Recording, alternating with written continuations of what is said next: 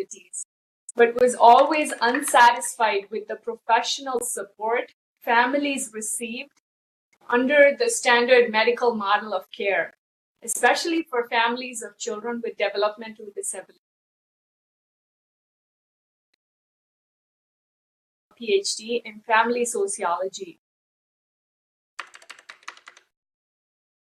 During my postdoctoral training, one of the first challenges I faced was to find rigorous ways of measuring family-centered outcomes to account for federal and state money that was invested into various initiatives to support typically underserved families of children with developmental disabilities in the state of Michigan. By underserved, I mean both low income and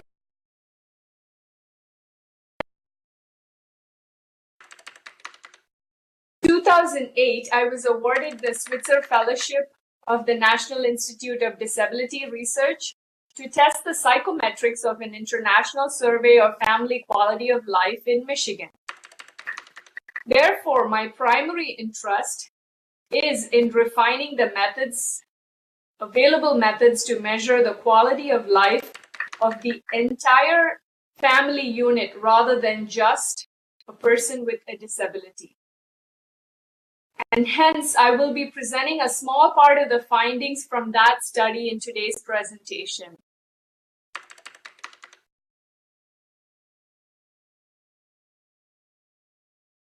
System for classification of function and disability.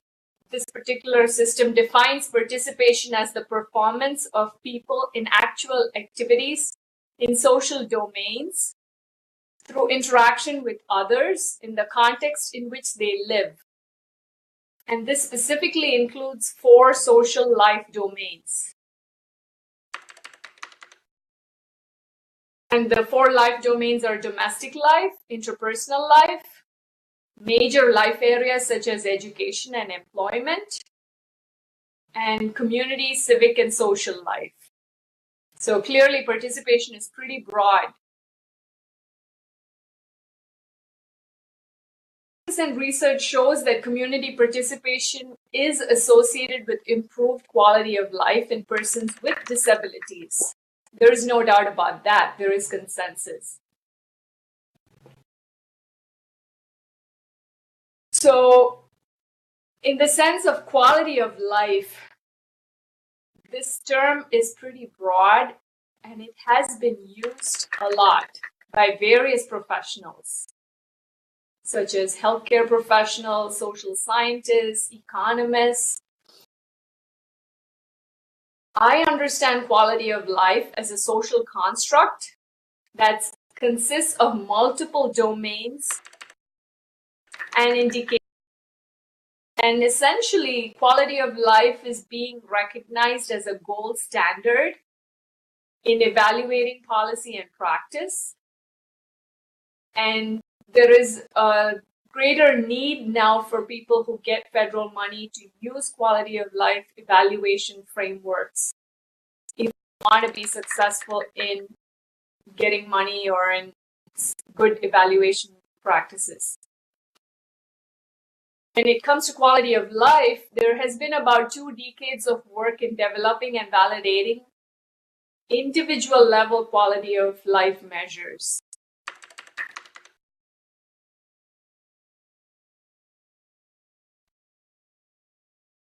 Family. So that brings us to the word family quality of life. It's an emerging concept in disability studies, and it's essentially a multi-dimensional social construct that requires very sophisticated methods of measurement. Because it's complex doesn't mean it cannot be done. So far, there's 2 major leading teams in measurement of family quality of life. One is the Beat Center on Disability at the University of Kansas. And the other is the international team that I'm actively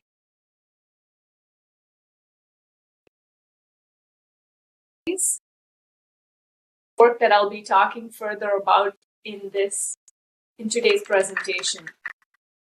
And they're close and interrelated. There's a lot of overlap. So they're not competing teams, but essentially they're a group of people trying to measure family outcomes. The aim of today's presentation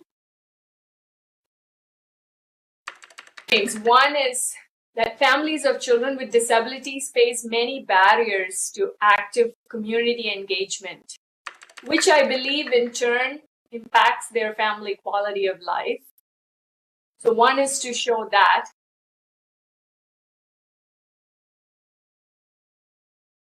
Dimensions of community interaction of typically underserved families of children with autism and other developmental disabilities in inner city urban areas. The conceptual framework that I used for this study is called the Family Quality of Life Framework. And community interaction is one of 9 domains in this complex construct called family quality of life. And in this construct developed by this international team, they claim that it can be measured, it has to be measured at least in 6 different ways. And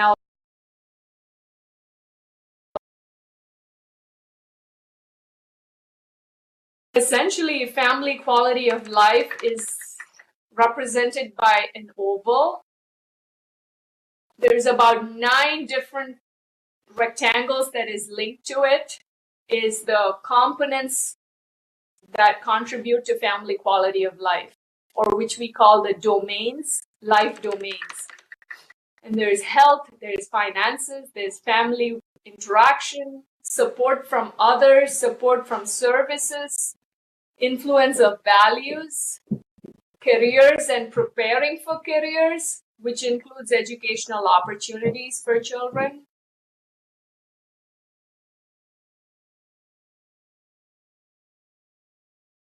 and community interaction. So in today's presentation, I'm not going to talk about all of these 9 domains, but just one of them, which is community interaction.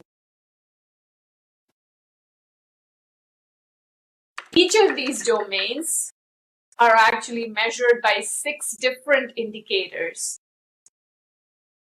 So in this case, I've pulled out community, and I'm going to give you information about how out of the 149 families I measured, what was the level of importance that they attributed to it. The question was asked as, how important is community interaction to you?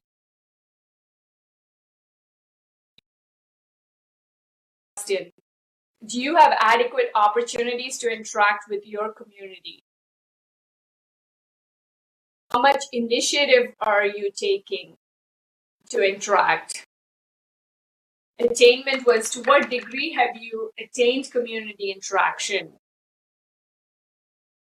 Ability question was more like, in the future, do you expect community interaction to improve, stay the same, or decline? And satisfaction question was, overall, do you expect any? So how satisfied are you with the level of community interaction? So we asked about 6 different.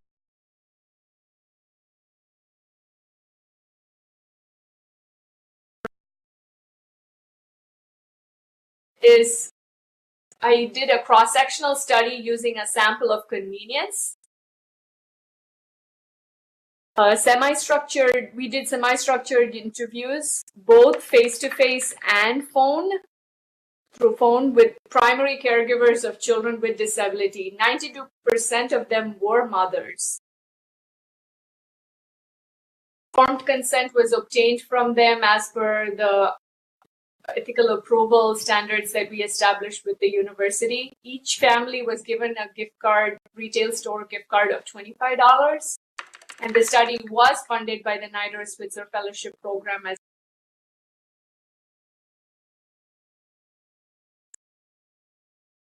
life survey was used to collect qualitative and quantitative data. It's a long 39-page survey that can be administered through about 1 to 2 hour interviews.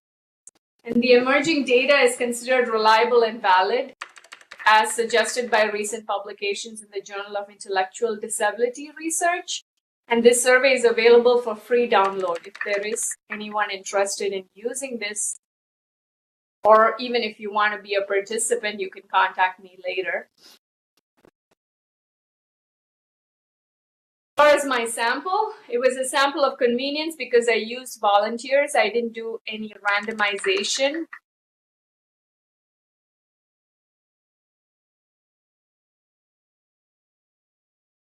The families that wanted to participate contacted us. And over a period of about 12 months, I interviewed 149 primary caregivers.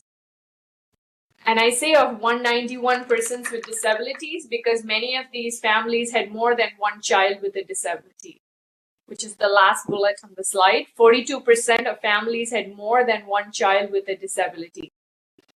More than half were single parents, and 75% of them identified themselves as minorities. 75% of the families earned less than $27,000.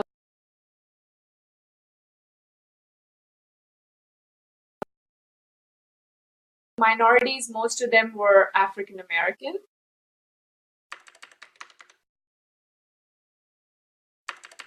In terms of the child characteristics, the mean age of the children was 12 years, and the most common reported diagnosis by the parent was autism. We just reported the diagnosis that the parent gave us. We didn't do any double checking with, or we did not assign any diagnosis. 25% of the families had an unspecified intellectual disability.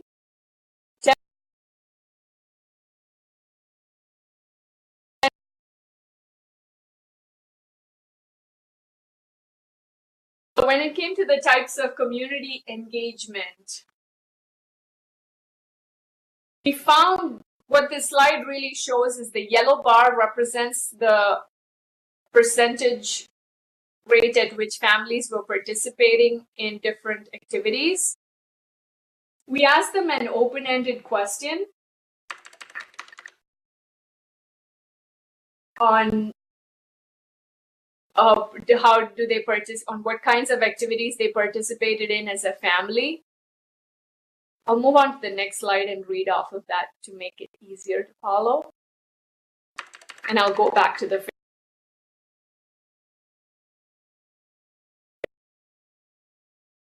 activities that they engaged in as a family in their local communities. Open-ended comments from 149 surveys were thematically analyzed and coded to classify them into 4 types: religious, disability-related, school-related, and social events. So this was based on the various comments we got. These were the ways we decided to classify it. Overall, families of children with autism were participating at a much lower rate than families of children with other disabilities.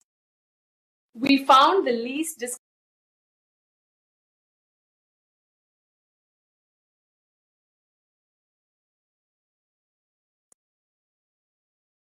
termed in this study social clubs and also religious activities. So now I go back to that figure to show you how it looks like. The blue bars represent families of children with autism.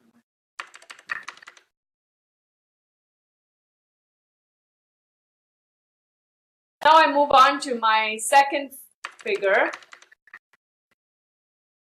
Discusses about discrimination experiences reported by families.